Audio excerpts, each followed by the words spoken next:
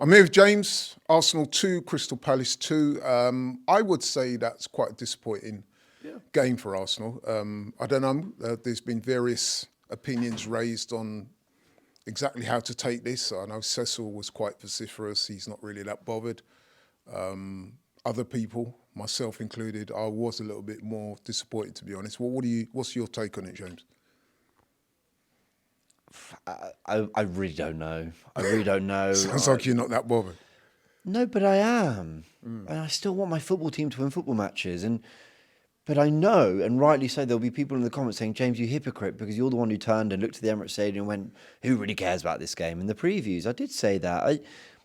I've always maintained a few things, that the players, the manager, and everyone involved in the result of that football game, from an Arsenal perspective, should give their all on the pitch, because ultimately there are maybe kids going for the first time, maybe people going who don't get to go to Arsenal that often, maybe people have flown in. Some people as well might go to every single game, but you know what? This is just what they're most excited about, and this is what they love, and they love watching their football team win games no matter what, and that's fine. I can detach the way I am. I can detach myself a little bit more and go, I know that we're probably not finishing any lower than third, but it's more likely second, and we've got all eyes on the Champions League, and because we're not doing what I wanted us to do in the league, I feel, pretty relaxed about it because all eyes are on next week. But I still think that there's a certain application that should be there. But then I also understand, I also do get not flying into 50-50s, all guns blazing, not throwing everything at it, because you don't want another injury. We've been cursed them all year. You don't want to overextend yourself in any way or overtire yourself. Rice played another 90 today. I don't think she even played, let alone a full 90. So I'm sort of wrestling with it in my mind, and it's a really difficult one to digest, if I'm honest. But ultimately, it's like we said on the watch along, it's probably how I worded it best. Whether you care or don't care, this result in this game was a reminder, because it's been very easy to forget amidst the Real Madrid win, the Champions League semi-final, the real genuine hope we have that we could win that competition. Amidst all that, this has been a reminder, there are 4 competitions. You can rank them how you like, but there are 4 of them. Shambolic in the FA Cup going out immediately. Very poor in the league. Injuries make that a touch more explainable, but still nowhere near good enough. Carabao Cup, horrible way to go out. And yes, the Champions League is kind of what's keeping our spirits high. When you look at it, everything else has been poor. And that was just a reminder. And then you go, oh, God, it has been a tough season. And that was just a reminder of it. Yeah, I agree with much of what you say there. I think for me, I was disappointed in the manner of the way we threw the game away. And if you look at it, if you look at that mistake from Saliba, you have to say that, look, this is, I'm not saying it's a habit, but 3 games ago he did a very similar thing against Real Madrid, and it could have cost us, it didn't. Things like that, it's all about setting standards and, adhering to those standards. Concentrating. Yeah, exactly. So for me, that was disappointing. Yeah. The other thing I found disappointing is that was our 13th draw this season. We've become the draw specialists. Only Everton with 14 have drawn more games than Arsenal. And look where they are in the league. For me, it's quite perturbing that we drawed so many games. These 34 games, 13 draws. That is not good. Well, let's touch on both. So on Saliba, I'm actually really annoyed by that error. I think he's an unbelievable centre-back. I think he's one of the best in the world. I don't want him to go anywhere. And if he ever were to leave, 150, please. I love him. I rate him. And he's been transformative since he's arrived. Literally, we've been in the top 2. Never first.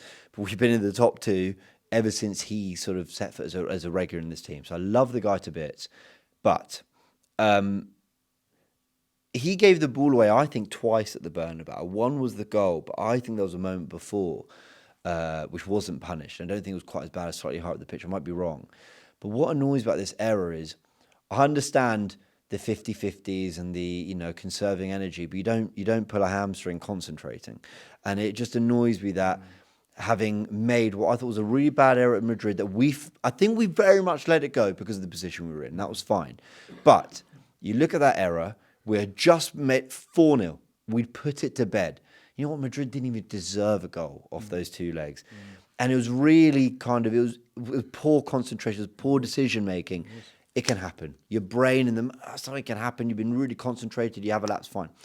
But then late in the game, to make the almost identical error, find that really disappointing. Now, get them out your system now, because Saliba, we love you and you're amazing, and I can't wait to see him up against PSG, because we're going to need him at his best. Like, by the way, I thought he was in both games against Real Madrid. I thought he was brilliant, bar the error.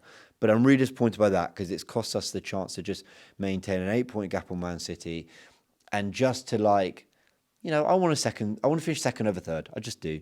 Now, on the draws, it's just so bloody typical that the one time I celebrate one draw, Arsenal decide, well, we'll celebrate. We'll have 13 more in the following season. So thank you very much. That's aging terribly.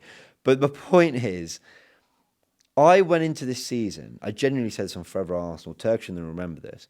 I said, I think Arsenal, to be champions, maintain last year's level, but forget winning one extra game, whether it had been the West Ham game at home or the Villa game at home of last season. Actually, we lost 5 games last year.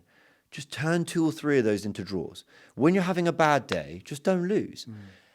And they've gone the complete other way. They've gone, well, we're not having a good day, we won't find a way to win. And it's like, there is value in being so difficult to beat. There really is.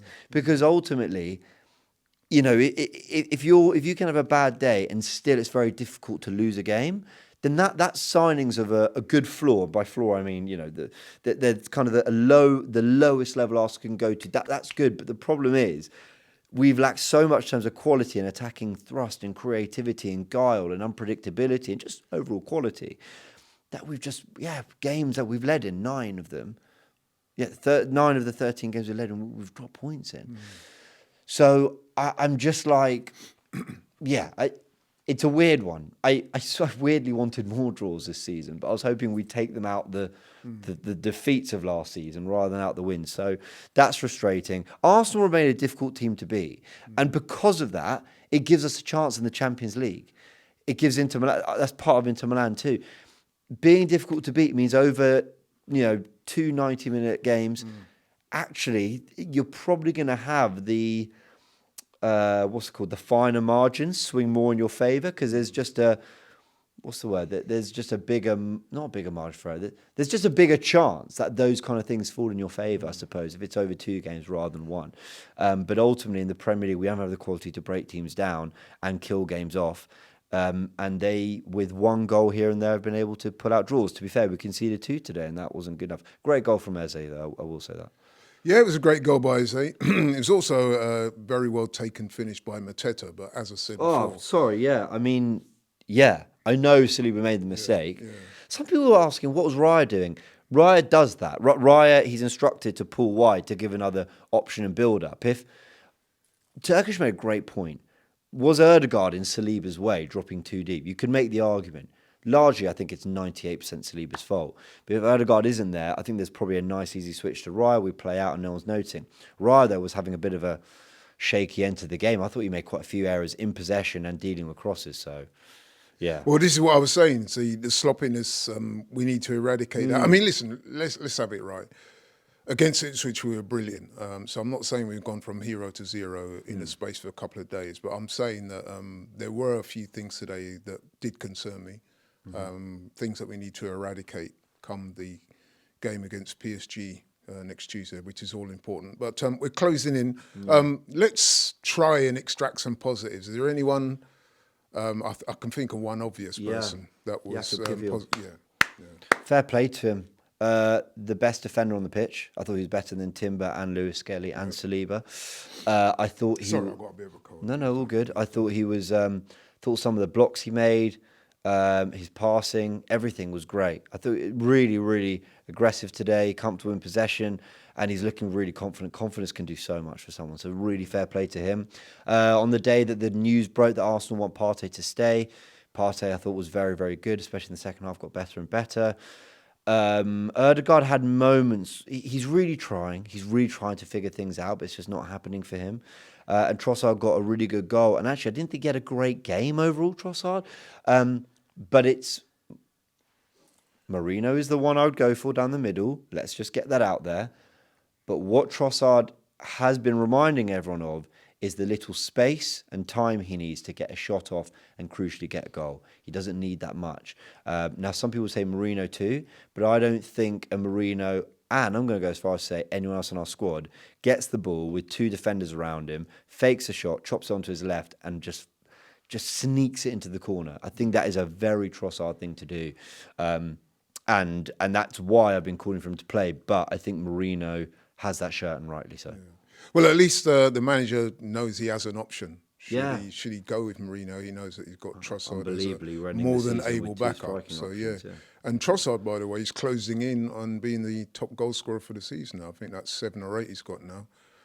That is a in the Premier League. testament to his productivity and output, because he's not had a great season. He's never really been a regular in the team. He's kind of maybe had 3, 4, 5 games here and there.